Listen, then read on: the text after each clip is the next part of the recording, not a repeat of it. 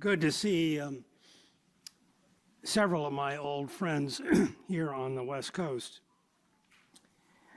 You might ask, what gives me the audacity to talk about re-engagement or engagement between the U.S. and China? This is a friendly group, but as I take this conversation around the world, especially in our country, there is not a whole lot of friendly reception to this topic.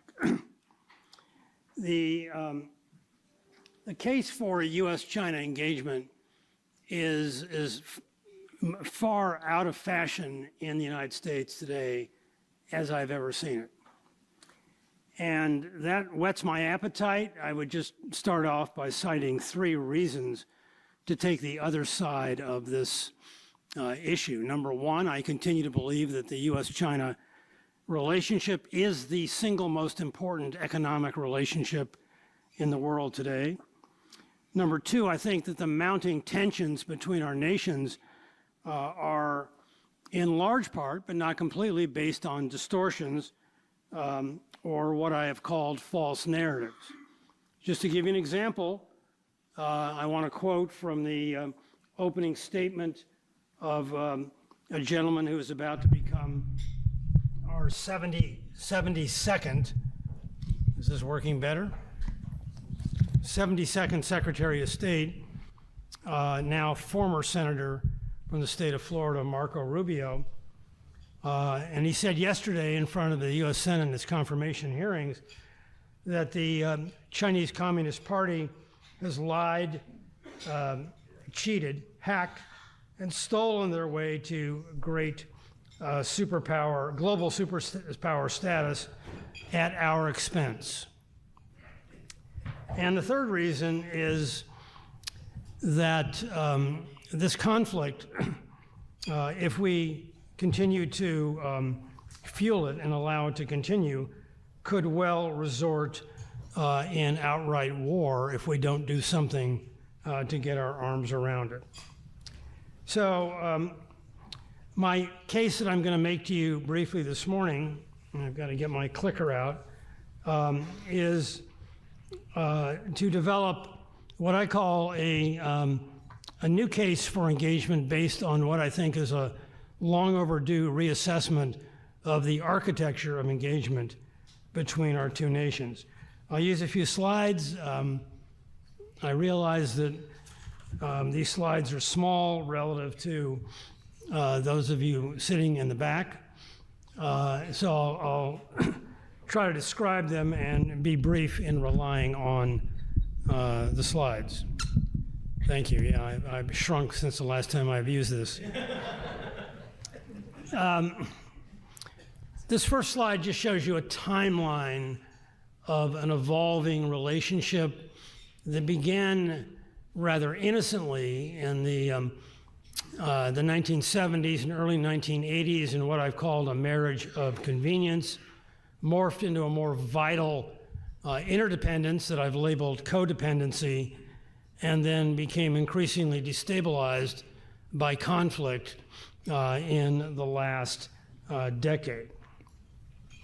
I've written books about this conflict and its evolution, and I have stressed the role that false narratives have played in distorting the conflict and taking it into a realm of being perceived as an existential threat in this country, as you heard from Secretary of State designate Marco Rubio yesterday. The original sin, if you want to call it that, is a distortion of the trade relationship between our two countries, something I've written a lot about over the years, and is underscored by this completely illegible exhibit in the upper right of the slide, which shows you the uncomfortable truth of America's multilateral trade deficit, which included China and 105 other countries last year. We have the mistaken belief, and it was certainly a belief that was acted on very forcefully by former, soon-to-be a new President Donald Trump in his first administration, that we can eliminate our trade deficit country by country. And nothing could be further from the truth. We have a multilateral trade deficit in large part because we do not save as a nation. And when you don't save and you want to invest and grow, you import surplus savings from abroad and you run massive current account and trade deficits to attract the capital. China's our biggest bilateral trade deficit, although the share has come way down because of the tariffs of 2018 and 2019, which unfortunately were continued under the Biden administration.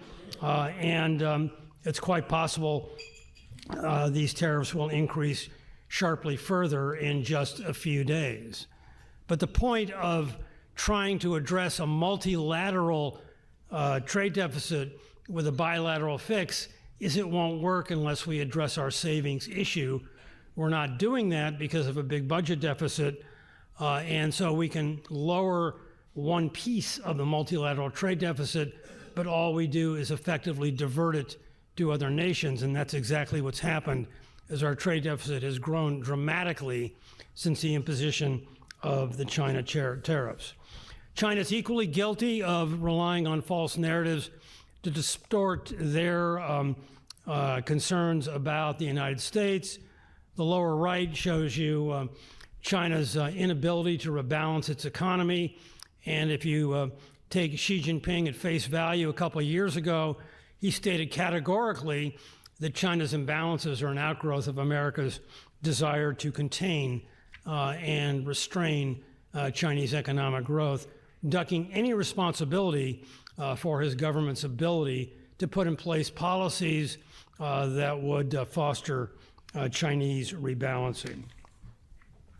So why do we need engagement?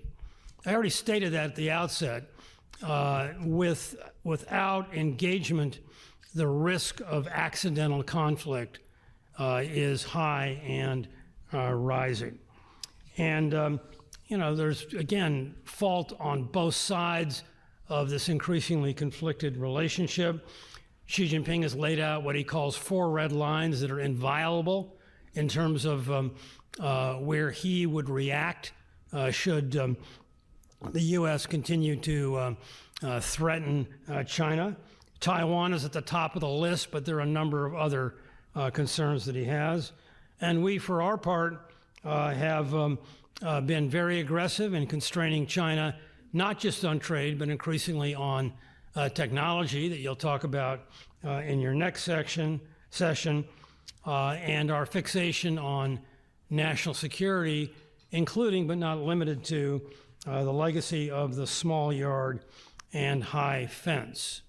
The tensions get compounded when you think about what is about to come starting next Monday. And here I put up 2 books side by side, the notorious Project 2025, and then my recent book, which warns against the perils of accidental conflict. And in terms of Project 2025, despite President-elect, I think we can still call him that, stated disavowal of having any knowledge of this project, the authors and the ideas behind this book are about to be put in place before our very eyes, starting now in just a few days. And I cite in this graph 6 chapters in particular that I would draw to your attention. I have read the entire lengthy tome, so you just take my word for it. Chapter 4 talks about a rethinking of U.S. defense policy. Its major point of emphasis is in gearing up to do battle with China over Taiwan. Chapter 5 talks about the State Department and its new priority in dealing with adversarial risk in the United States. Our number 1 adversary, above Russia, above Iran, above North Korea, is identified in Chapter 5 as China. Chapter 8 talks about China's aggressive efforts in alternative energy, reflecting the green development mindset that's gone way out of hand, according to Project 2025 in the United States.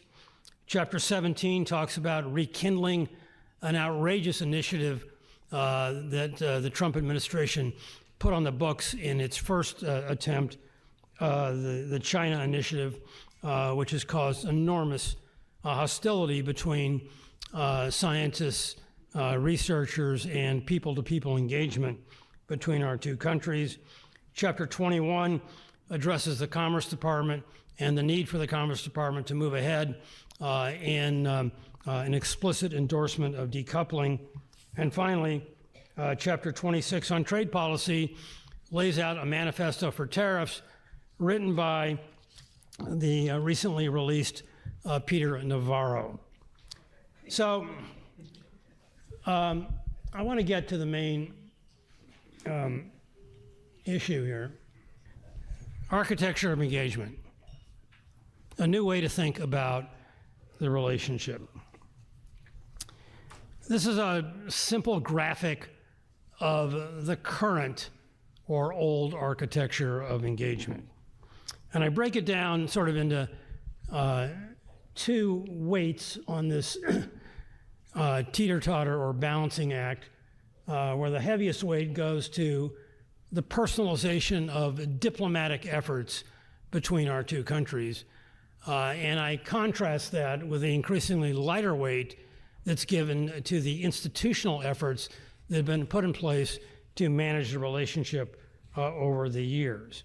And in terms of the major institutional efforts, I list the JCCT, the Joint Commission on Commerce and Trade, the Strategic Economic Dialogue under Bush II, the Strategic and Economic Dialogue under Obama, and then one effort at continuing the process in the first Trump administration, the Comprehensive Economic Dialogue. Just note that all of these institutional efforts have been canceled or suspended, including the JCCT, which actually accomplished quite a lot over the long history. I am not against diplomacy, but I think we can do better than relying on the fragile egos of politically driven leaders. And I show you here, a list that I've ranked in terms of the progress of leader-to-leader summits, going back to the truly historic summits of Mao and Nixon and Carter and Deng Xiaoping up through modern times. Most of these summits accomplished next to nothing, including, I would argue, the one that took place in this city a couple of years ago between Xi Jinping and Joe Biden. And I would draw your attention to two leader-to-leader summits in 2017, where there was a great dinner party that Donald Trump held at Mar-a-Lago, and then Xi Jinping reciprocated with a glitzy function at the Forbidden City that Trump was thrilled to call the greatest summit in the history of world summits. Just note that those two summits, which occurred in 2017, were followed almost immediately by the outbreak of Trump's tariffs in 2018. They accomplished, as I said, next to nothing. So, new architecture of engagement. I want to give you sort of three legs of the stool to think about and focus in particular on the third leg. The first leg is moving from distrust to trust. There is no trust right now, as you all know. Whoops. I just lean on these buttons so much. There's a lot that we can do to break the ice and rebuild an atmosphere of trust, such as reopening closed consulates, loosening travel restrictions, restarting educational exchanges like the Fulbright program, and relaxing constraints on NGOs. There's a lot of heavy lifting to do on much bigger issues, but I prefer the icebreaker approach to restore some semblance of trust and confidence between our two nations. We're going the other way right now with our paranoia in the U.S. over literally anything to do with China. You raise an issue, it could be electric vehicles, it could be construction and dock loading cranes, and you get an outbreak of paranoia that I've written about as sinophobia. Secondly,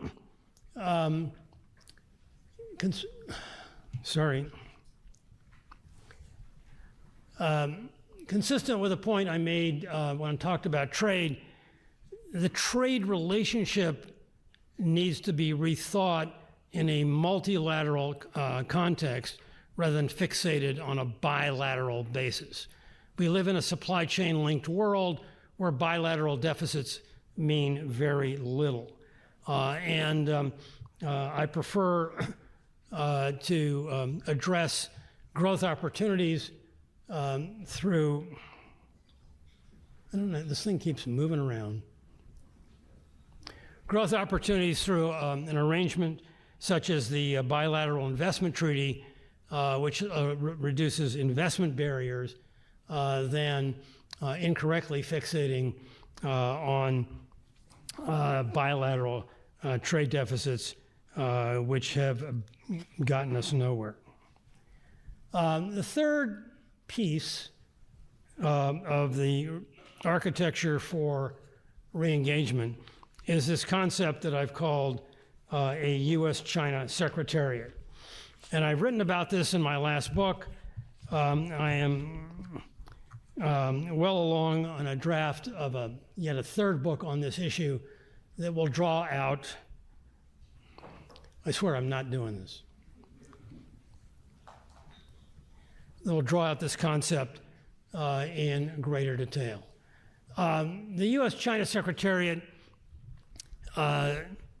is a full-time mechanism that, unlike the periodic efforts of diplomacy, operates 24 hours a day, 7 days a week, is located in a neutral venue and staffed by a large complement of Chinese and American professionals.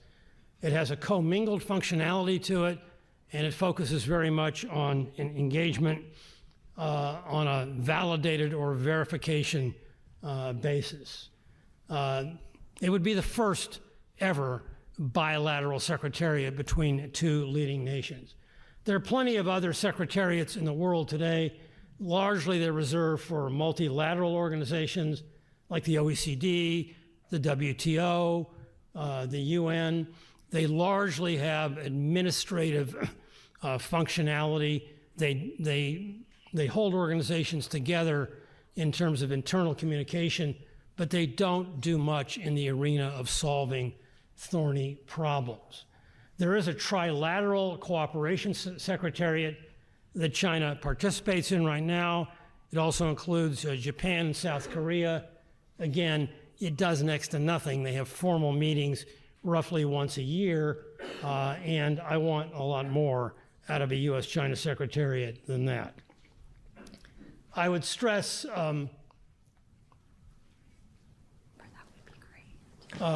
two dimensions of functionality at this point to think about the U.S.-China Secretariat. Really apologize for this. First, the administrative functionality.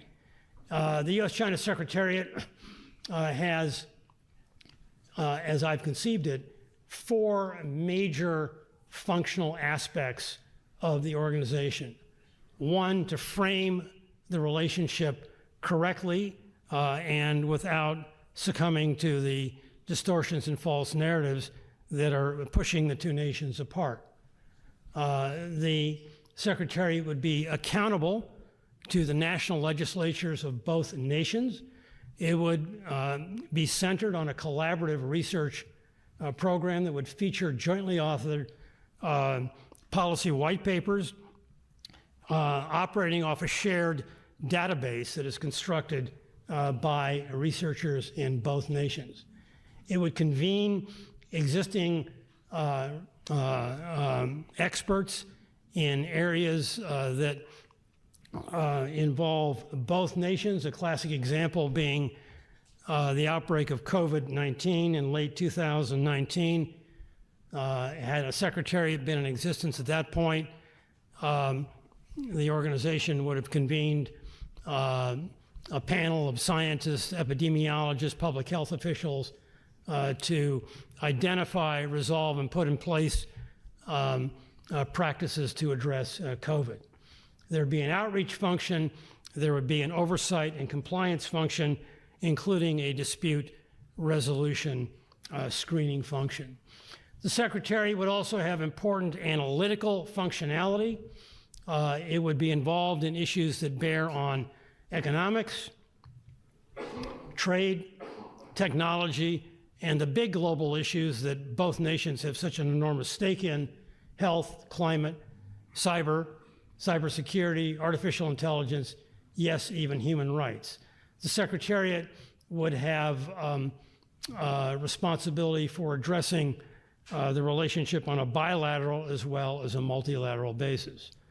And then finally, summing up, going back to my balancing act, what I am proposing by rebuilding trust, by shedding the zero-sum legacy, and by, in particular, giving emphasis to developing a new model for the architecture of engagement in the form of a secretariat, is there would be more institutionalization, less personalization, and a greater balance to working through what is now the most dangerous phase of our relationship.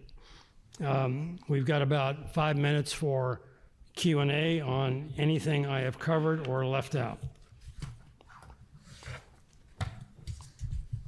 Right here, just identify yourself quickly and keep it to one question each.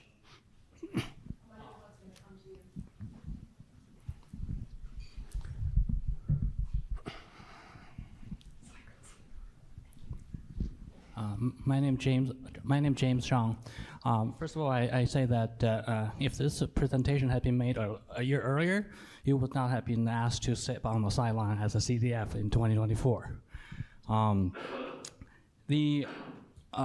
the New Year's address, the General Secretary said that he assured his subject that 2024 China's GDP growth will be 5%, whereas the Rhodium Group says that in 2024 the GDP will grow between 1% and 2%. Since you are an economist, would you say that, would you put your number closer to the General Secretary's estimate or the Rhodium Group's? The forecast of the Chinese economy is one that I've been involved in for probably 25 years. I know full well the issues associated with the numbers as well as the credibility of the official estimates. I don't doubt that the National Bureau of Statistics in China will print a number that's close to 5%. They are perfectly capable of printing any number they would like. China has a growth problem, and it's a serious one. And so I don't care if the number is 5% or like rhodium, 1% to 2%, there is a serious growth problem. And we all know the importance of the property sector in China. It's in terrible shape. It's accounted for anywhere between 20 and 30% of Chinese GDP growth over the last decade, and that number is going the other way. The export sector is going to be, there's a lot of front loading of exports right now in anticipation of a new round of tariffs, but there are going to be more tariffs and exports are going to be under greater pressure. There are also mounting deflationary risks in a debt-intensive Chinese economy. And so that really leaves the focus on the Chinese consumer to really fill the void and achieve the government's official 5% growth target.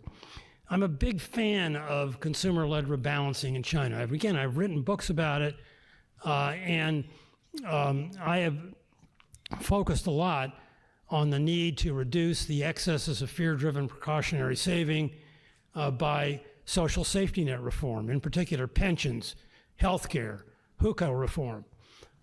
Increasingly, though, I'm of the view that the political environment in China is really inhibiting the sort of animal spirits of Chinese consumers to step up and be full-blown discretionary consumption.